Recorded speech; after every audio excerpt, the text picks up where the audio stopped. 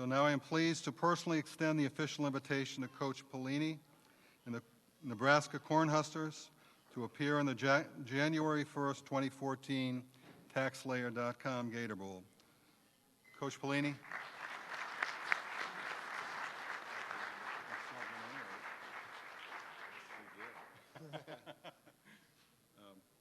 want to take a picture here. And then we're going to let you work. Thanks, Andy, and we're really excited. I want to thank everybody associated with the Gator Bowl, and I know I can speak for everybody at the University of Nebraska, our coaches, players, administration, and fans, that this will be a great honor to come down here and play such a storied football program in Georgia, and a tremendous football program with a very well-coached football team. It should be a great challenge for our team. And you know, we look at a bowl game really is a reward for our players. A lot of hard work. I know I can speak for our football team, and I know Georgia went through some very similar things that we went through.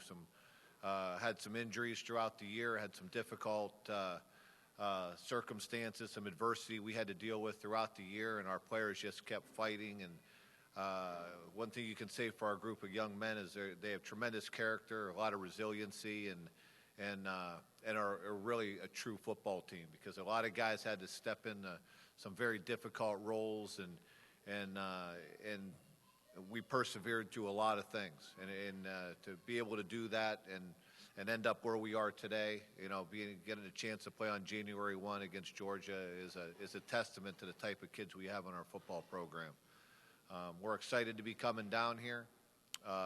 We were down here obviously in 2009 and enjoyed ourselves. Obviously a first-class bowl game, a tremendous city in the city of Jacksonville, and just get great hospitality. And we're very much looking forward to the trip and coming down here and experience some of this great hospitality and great weather down here in Jacksonville.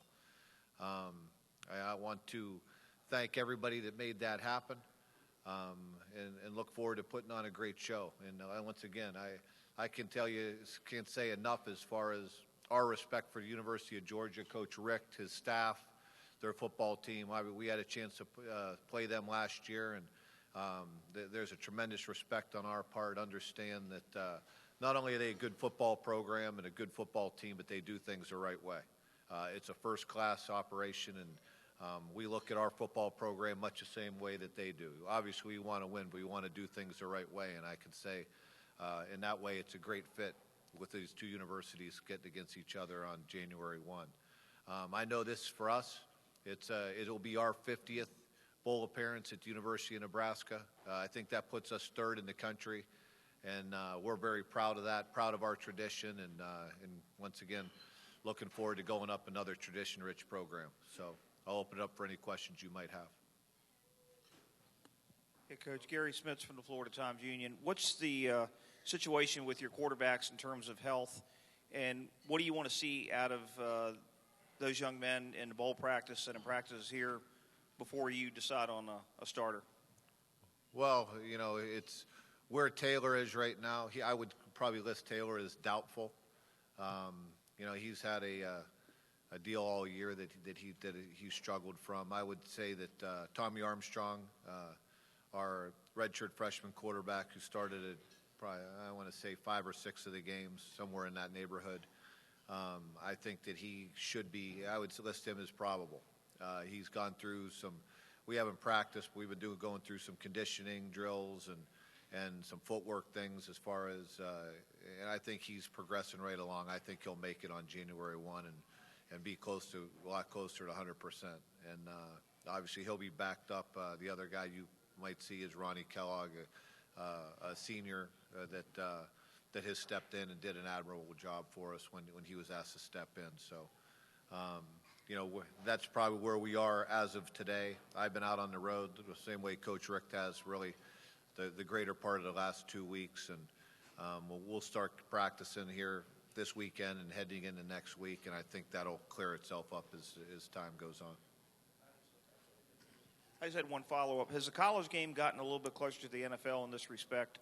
That used to be in college, you could be successful, you could even win championships with a game manager, so to speak, a quarterback. Has it gotten almost like the NFL where the quarterback really has to be the guy? He has to, kind of take a team on his shoulders. Is that increasing more and more in the college game? I don't know about that. I think it helps. I think it helps tremendously, but I think every football team's a little different. You got to play to your strengths, and I still have the belief that you win. You better be able to run the football, and you better be able to stop the run. And obviously, you got to have a quarterback that isn't losing the football game for you. But at the same time, not everyone's going to have the just names that come on, an Aaron Murray, a Johnny Manziel, those types of guys. But there's a lot of ways to win football games, and so I think it depends on your football team and what that makeup is at any given year. Coach Jeff Elliott, the Associated Press. Nebraska didn't have the type of year success that it had hoped for. That is usually a high standard. What type of following was your fans and your community? What type of support did they give you, and what type of a crowd would you expect that you're going to bring here to Jacksonville? Our fans travel, and you're not going to. I think our fans. I don't know what was it. I think it's 1962, the last time that there was an empty seat in our stadium for a home game, and our fans travel well. They all have always traveled well, and being able to come to a great city like this, our fans will be here. And I think between our fan base and Georgia's fan base, there will be some electricity in the air when we get together on the 1st. And like I said, our fans, I can say this about our fan base, they appreciate our football team. And once again, the things that we've had to go through as a year went on, and fully recognize it. We have, they appreciate the way our football team played this season. Coach, Gary Smits again. Has the patience that fan bases exhibit changed over the years? And is it just one more indication of when a sport gets big, when you got all the TV dollars in play and all the TV time in college football, is it kind of understandable that fans do tend to be a little bit more impatient and do adopt a little bit of a "what have you done for us lately" attitude? Well, I think we're in a society now. Forget about just athletics, but in everything that's a "what have you done for me lately" type attitude. But I think you have to look at the reality of it is every football team in any given year can't win 12 games. There are not enough wins out there for everybody. And I think that the rational people understand that. I think with social media these days and some of the with the Twitter and the Facebook and all the things that are out there now, the blogging that goes on, I think sometimes that gets distorted. That, for the most part, you have the rational people, there's probably 85 to 95% of them. It's the 5% that get heard that sometimes distort the truth and make things kind of crazy for everybody.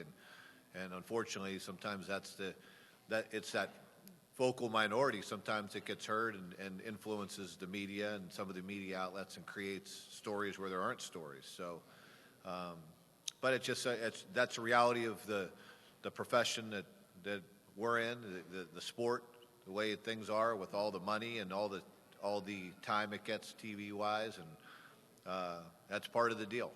But I don't think I think for the most part, fans, the great fans that are out there in college football have an understanding that that there is a bigger picture. There's a process that goes into things, and you can't jump to you can't just jump to conclusions. You might because you lose a football game.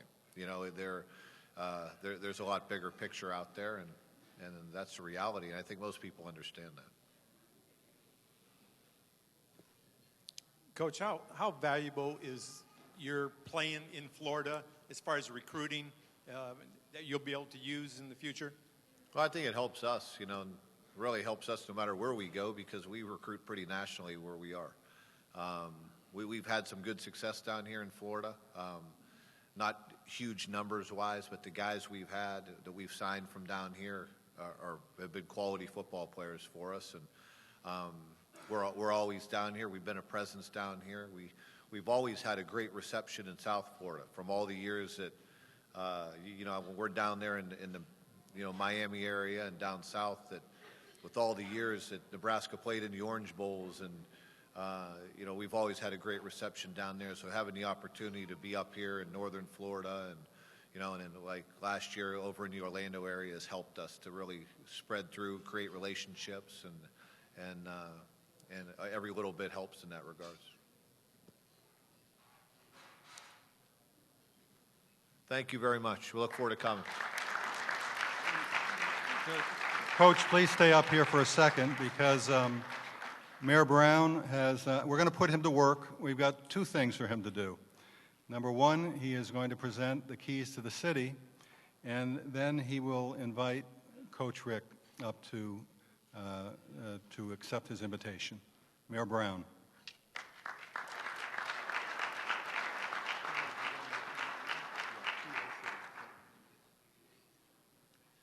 Coach, on behalf of the City of Jacksonville, as mayor, I want to present you with the key to the city. It's right there. Take a picture. There you go.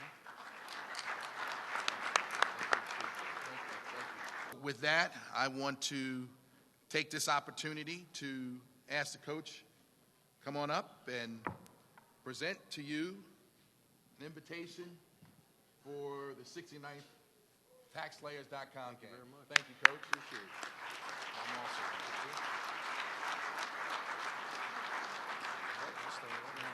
I'm also, Coach, want to give you the key to the city of Jacksonville.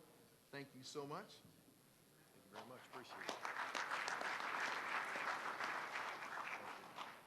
Here you go. Okay.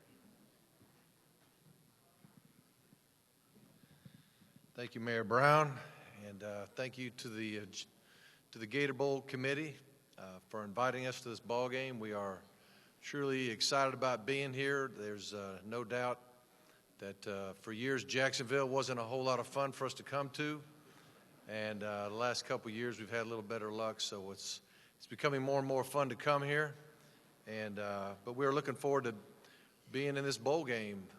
A chance to play January 1 is a big deal to us. A chance to play a great team like Nebraska, which Nebraska happened to be my childhood team growing up. I was born in Omaha, and my family's all a bunch of Nebraska Cornhusker fans, and I grew up saying "Go Big Red" and all that kind of thing. So it's very much an honor to get a chance to play Nebraska again. Coach Pelini, you've done a great job of coaching your team, and we have the ultimate respect for them as well. We did play a year ago. I thought it was a great game, a hard-fought game. Both teams, played extremely well. I thought either team could win. We had a couple big plays. Without that, I don't think we could have beat them. Just very good football team, very good game. And I hope we get the sideline that's in the shade this year, Coach. Last year we were in Orlando. We were smoking over there in that. You think we're a warm weather team, but we're pretty soft when the heat gets out there. So we gotta. Hopefully it'll be hot for everybody. But anyway, it was a great game and enjoyed it very much. We're looking forward to being at the Gator Bowl. I know Georgia's been 3 times, but it's my first time at Georgia as a head coach going to the Gator Bowl in the 13th season. So we're looking forward to the experience. Anytime you get a chance to experience a new bowl game, it's great. It's great for the players especially. They get a chance to see new things, do new things, and I know that they're looking forward to it as well. Coach, just like you, we give our guys a pretty good break.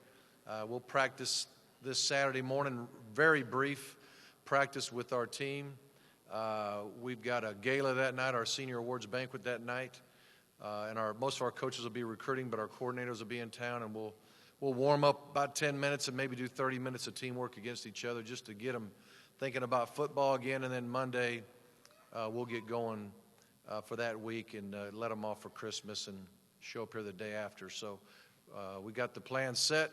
Hopefully the weather will cooperate with us, and we'll have a good preparation for this game. And with that, I'll open it up to whoever's got a question. Coach, Gary Smith from the Times-Union again. The issue about the fan base and how people react, are programs like Georgia, Nebraska, Florida, Florida State, are you, in a way, are you victims of your own success? And in this day and age, In what way do you mean? Well, do they get so used to the winning that when there's a season that the fans judges, some fans judges not so hot? Yeah. Is that where the heat comes in? And do fans need to show more patience overall? I don't know why you're on this thing. We're here to celebrate a bowl, and you're talking about all that. I think our fans are fantastic. I think they understand that you can't win every game. Obviously, we both had successful seasons, or we wouldn't be here.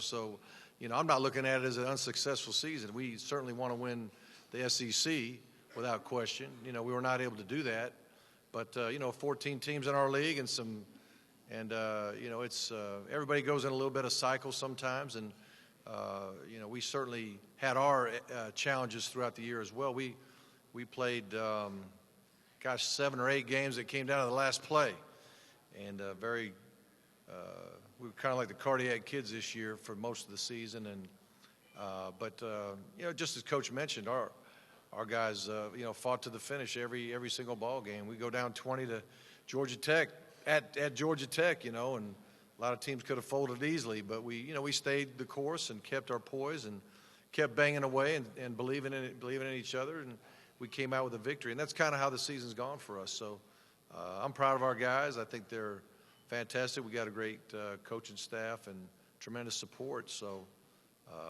I think things are going well, quite frankly. And in bowl practice, what do you, based on what you saw in film from Hudson against Georgia Tech, what are some of the things you want him to improve on, get better at going into this game? Hudson Mason is our quarterback. He replaced Aaron Murray in this last ball game against Tech. And, he started slow. He struggled. He had practiced so well for so long that we were just assuming that he was going to go in and play like he practiced. But, it's different being the man. It's different being the starter. And so he struggled a little bit. And one thing he didn't do much of in the scrimmages and in spring games and all that was he rarely took a sack. I mean, the ball was going to come out with this kid. Well, he got in the game and he held the ball longer than he ever had, and he got sacked 5 times. And he just had to get used to it. And it wasn't until that last drive before the half where we scored a touchdown that he finally settled down and started playing ball. But it's one thing to be that guy who's second team and everybody kind of expects him to, he's kind of looking forward to seeing what he can do and then actually being the man. So I think it was a good experience for him. We hate that Aaron got hurt, obviously. He's a great guy. And, of course, Aaron's rehabbing extremely well, doing great right now. But if there is a silver lining in him getting injured, it does give Hudson a chance to be a starter before we start next season. And he's got the one game, obviously, against Georgia Tech, and now this bowl game opportunity against a great defense.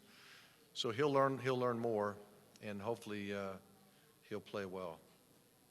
Coach, you had a couple of Jacksonville kids in the Theus brothers. Can you talk a little bit about what type of year they had, seasons for you? Well, the Theus boys, Nate, the older brother, is our long snapper, and he does our long snapping for punting and for extra point field goals, and does an outstanding job. He actually thinks of himself as a linebacker type, so when he does snap the ball, he likes to go downfield and try to make a tackle once in a while, which is good. His brother John plays right tackle for us, and really, one of the finer high school prospects in the country the year he came out, and started as a true freshman for us last year, and has been a starter for most of the year this year. And he's a guy that certainly has played well for us, a guy that we believe in, a guy that is, well, both of them are great kids. Both of them, they love football. They're here, obviously, at Jacksonville Bowls. Great program. They just understand team. They understand hard work. They understand leadership. They understand how important school is. I mean, they know how to behave. We're just really blessed to have them both. What type of a role will Aaron Murray have with this team here at the bowl? Right. How will you use him in order to help the team? Right. Well, Aaron, obviously, he's a guy that loves football. He loves Georgia. He loves his teammates. He'll be around at all the practices, and he'll be there to help Hudson. That's the main thing, and he might even help Coach Bobo game plan a little bit. I don't know, but I'll be curious to find out how much film he wants to study, knowing that he's not going to play in the game. But I got a feeling he's going to want to look at a bunch of that. But you know, just having him around is big. He's been a tremendous leader for us his whole career, and to have him around is great. He won't be on crutches at all. He's already he's off crutches. He's been on the I think day 2 or 3, he was already on the elliptical for 30 minutes. I mean, the guy is really progressing extremely fast. The good news about his injury was the ACL was the only thing that was injured. There was no other damage to the knee. And he's flying right now in rehab, and his attitude is tremendous. Sometimes when something like that happens, you feel sorry for him, and you want to call him and console him, and then you call him, and he just brightens your spirit because he's like, Coach, it's over. Now I'm rehabbing. I'll be ready to throw pro day before the draft. And so he fired me up when I talked to him. Mark, judging by the way his rehab has been going, as you've been telling us, do you think when all is said and done, this will not affect what the NFL teams may or may not have thought of? You know, I don't know how the NFL is going to view it, but I don't know if I've seen an ACL injury end anybody's career or really slow them down. I think if you have the same ACL 2 or 3 times on your leg, that may prove to be, you know, a career ender. But I mean, we know Adrian Peterson had ACL, and then he ends up, you know, last year being the comeback player of the year and rushed, I think, for over 2,000 yards. And we had 2 guys with ACLs last year, Michael Bennett, and he came back strong, is doing extremely well. Marlon Brown, he's with the Ravens right now, and he's a rookie in the NFL. He had ACL last year in his senior year, which was seen bad, but he made the club, and now he's tied for first place for the most touchdown catches as a rookie in the NFL today. So guys recover very well from ACLs. I think people understand that. And I think when they see how far along he is by the time the draft rolls around, I hope that it won't hurt him. Okay, thank you very much.